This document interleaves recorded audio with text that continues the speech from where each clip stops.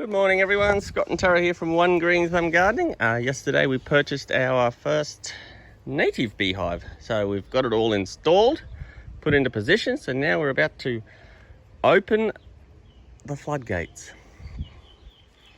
and let the little bees go.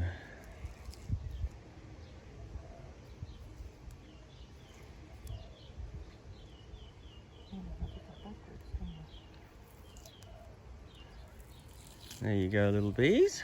Oh, how exciting. In their new spot. Bzz. Don't get lost. All right.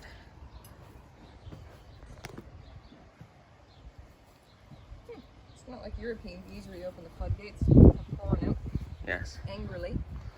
So we've got them positioned in our garden, facing north. Hopefully they'll be protected from our jacaranda, from the westerly sun. So yeah, very exciting. So we tried to put a star picket in, but we couldn't get it positioned right. So I actually used the base off a lawnmower. Oh, it's a lawnmower. Mailbox. It's called a mailbox, hon. Mailbox. Oop. So yes. Anyway, thanks for watching One Green Thumb Gardening. Yeah,